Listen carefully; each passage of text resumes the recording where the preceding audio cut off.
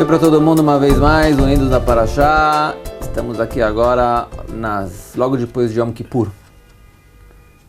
Eu ouvi um vort. Como se traduz um vort para português? Um vort é uma boa ideia. A gente sempre problema no início. Qual o nome, como traduzir uma palavra? Eu vi um vort bom, uma ideia boa ontem.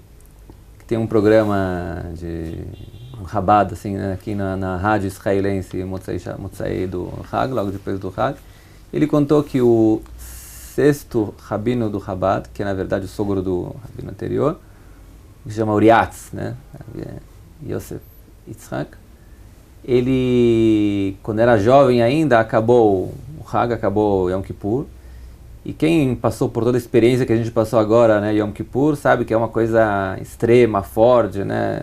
A gente passa, eu fiz as contas que a gente passou 12 horas rezando pelo menos, acho, mais ou menos. Em média, os minyanim, você faz as contas gerais, das 24 horas, 12 horas foram rezando. Depois de toda essa força, né, essa energia que você tira fazendo tchuvá, né? Isso que tchuva, utfila, tchuva, arrependimento.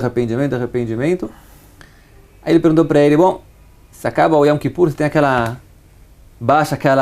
como se fala, aquela pressão, né? De repente tem esse alívio.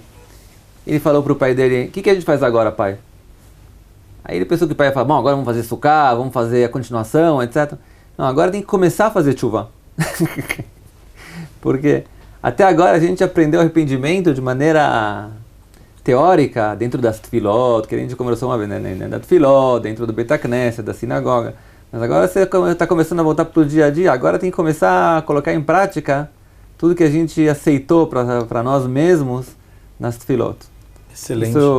Isso que tem que começar a fazer agora. Sim, excelente. E a parshá que a gente vai ter agora é a parshá que na verdade também acompanhar a gente junto com a festa de Sukkot, é a parshá de Azino. Azino quer dizer ouçam. Ouçam a Shamayim Vadaber Vetishmar esse Mirfi. O Rashi atrás aqui que esse é um pacto de um cântico que foi escrito no princípio, último dia da vida de Moshe Rabbeinu.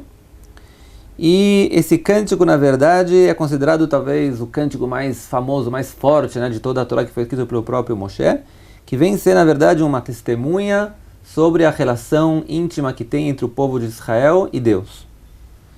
E até o ponto, né, que se escreve Azin Hashamayim Vetishma Aretz, quer dizer, o pacto, como o próprio Rashi traz aqui, vai ser feito entre o céu e a terra. Quer dizer, o próprio céu e a terra vão ser testemunhas desse pacto que vai ser feito entre Deus e o povo de Israel.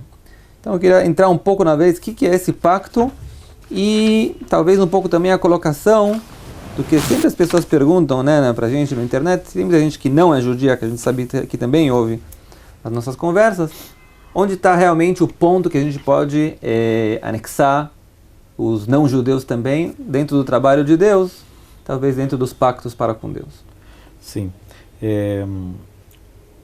Falando da Parashat Azino que você introduziu, sobre esse assunto de Goim, na continuação tem até um passuco que a gente comentou antes de começar aqui, que fala assim, Be'anchel Elion Goim, Ifrador Bnei Adam, Itzav Gulot Amim, Lemispad Bnei Israel. Quando Deus delineou as fronteiras dos povos, delineou de acordo com o número da população de Am Israel, que aparece que está tudo dirigido de acordo com Am Israel, que faz até mais radical a sua pergunta de qual é a diferença entre Am Israel e os povos. Você tem um pacto, qual é a relação de Am Israel com esse pacto e qual a relação dos Goim, onde eles estão com esse pacto que a Shirat Azino está falando. Quer dizer, tem uma criação desde o princípio que já Deus, quando delineou o mundo, ele já delineou então a posição de Israel desde o começo, antes de começar a atuar, os povos começarem a atuar no mundo, já foi delineado o povo de Israel para uma função especial. Isso aparece um protecionismo para Israel. E isso põe a situação de o que é o pacto e o que o pacto tem a ver com os Goim também. Agora, se a gente lembra o início do Sefer Bereshit, existiu algumas maneiras de tentar consertar o mundo na época, como o dilúvio e a Torre de Babel. E o que aparece no Sefer Bereshit, que a escolha em si de Israel não é um protecionismo em si, mas é uma tentativa divina de trazer para toda a humanidade a paz, a justiça e a ordem. Como dizem os sábios que Mitzion Tetzeh Torah, Udvar Hashem Yerushalayim, que no futuro vai sair a Torá para o mundo inteiro, e que o mundo inteiro vai estar conectado, cada um da sua maneira, a Deus. Então, se a gente vê Am Israel e o pacto dele com Hashem, o pacto, na verdade, com Am Israel, é um instrumento para fazer o que o mundo tem que chegar no final das contas. A finalidade do mundo é que tenha a presença de Deus no mundo e que a humanidade esteja num nível muito mais alto, a nível de servir a Deus, não só Am Israel como todos os povos. E dentro desse contexto, Am Israel é Mamlechet Kohanim Vegoy Kadosh, é um povo de sacerdotes. O que é esse povo de sacerdotes? Ele é dentro de toda a humanidade que vai servir a Deus. E nesse contexto, é o que a gente falou aqui, é o pacto. Esse pacto é para poder trazer não só a Israel, mas toda a humanidade para esse bem maior e essa época mais adiantada. Uhum.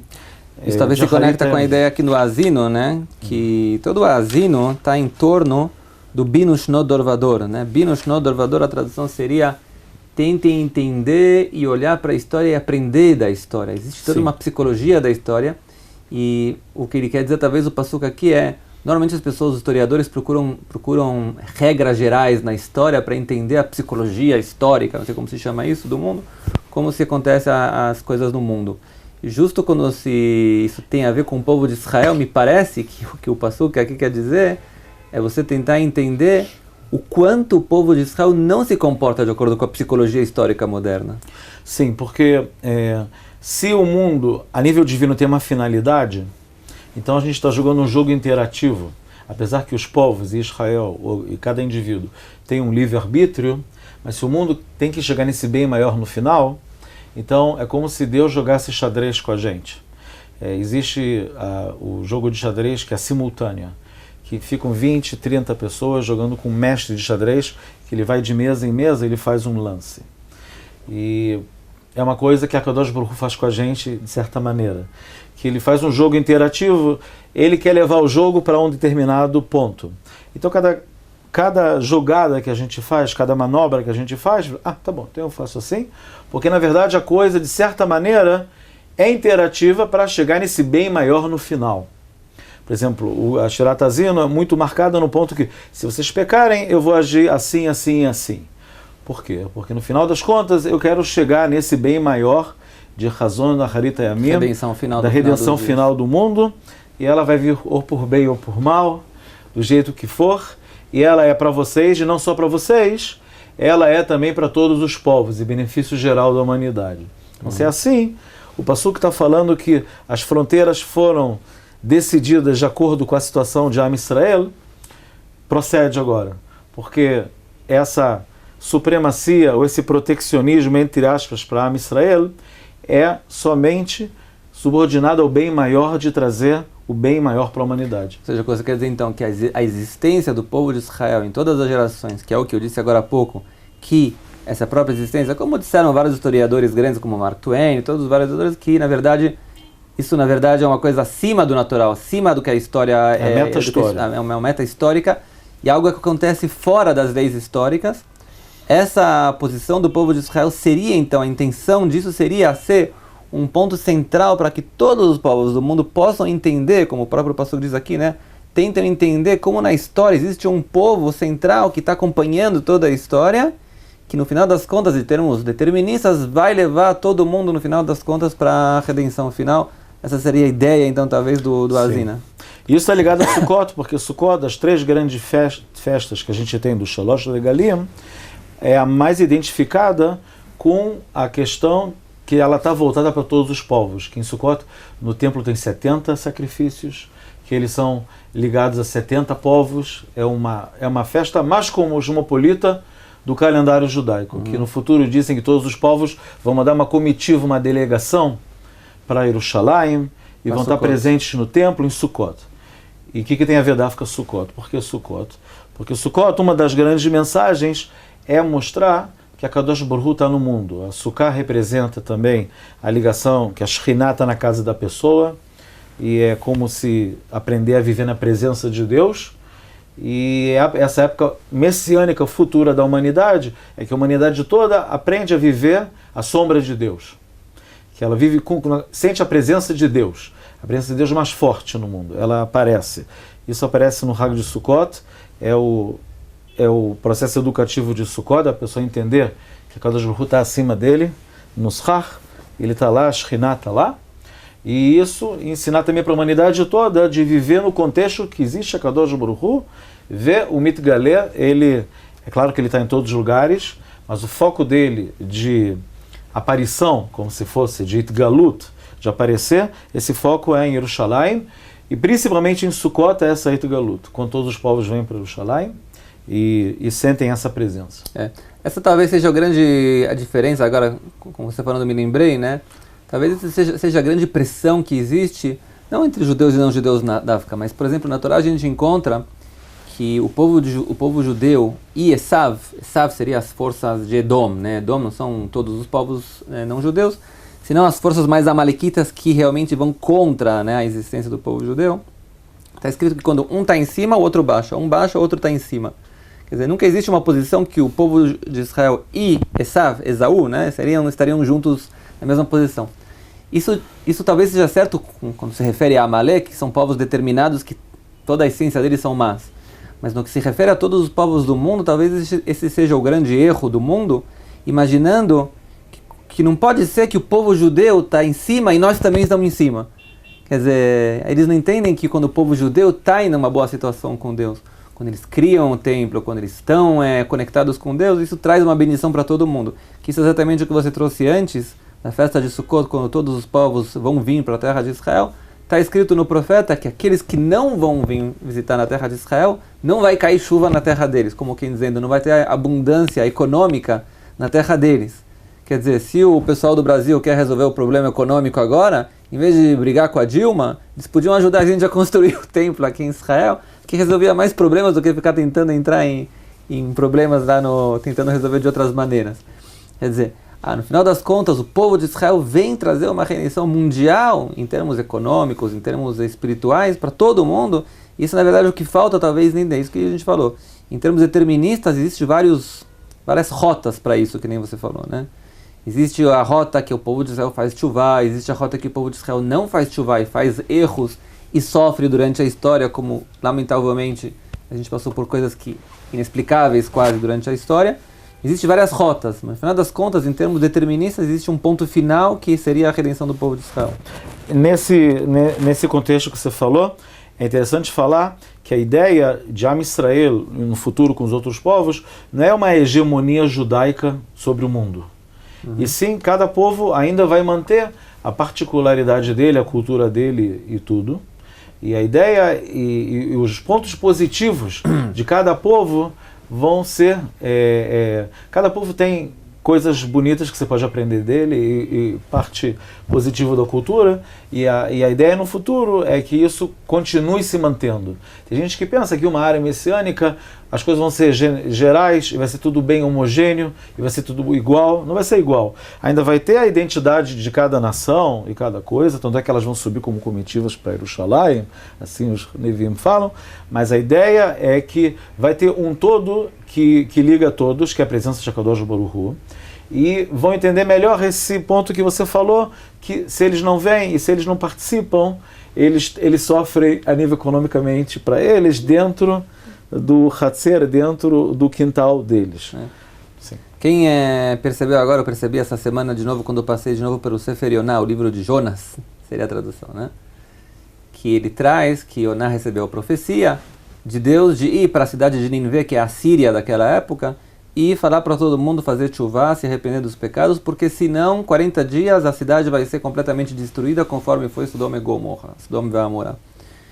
E o Yoná não gostou muito dessa profecia, para não exagerar, né? Eufemisticamente. E por isso que quando Deus falou para ele ir para a direita, né, para o oriente, ele pegou um táxi para a esquerda para fugir de Deus, como a gente sabe que sair de Israel seria um escapamento, escapando de Deus. Essa seria a intenção dele. Mas é interessante que quando ele teve essa profecia, se traz o Midrash, foi exatamente na festa de Sukkot. Está escrito no Midrash que no meio da Simchat Bet HaShoivah, que é a festa mais alegre, né, que tem dentro da festa de Sukkot, ele teve essa, como quem dizendo, mais uma vez, a festa de Sukkot, que nem você disse, que representa o bem para todos os mundos, lá dentro da santidade, dentro da festa de Sukkot, veio a profecia como quem dizendo, apesar que a Síria vai trazer problemas para o povo de Israel, e apesar que a destruição e o exílio das 10 tribos vão ser feitas, a princípio, poucos anos depois dessa profecia que Yoná teve, apesar disso, existe uma obrigação de que se um povo, independente do povo, se ele é um povo melhor ou pior, ou fez pecados, na hora que ele faz tchuvá, que ele se arrepende, vai no caminho de Deus, ele merece então a mão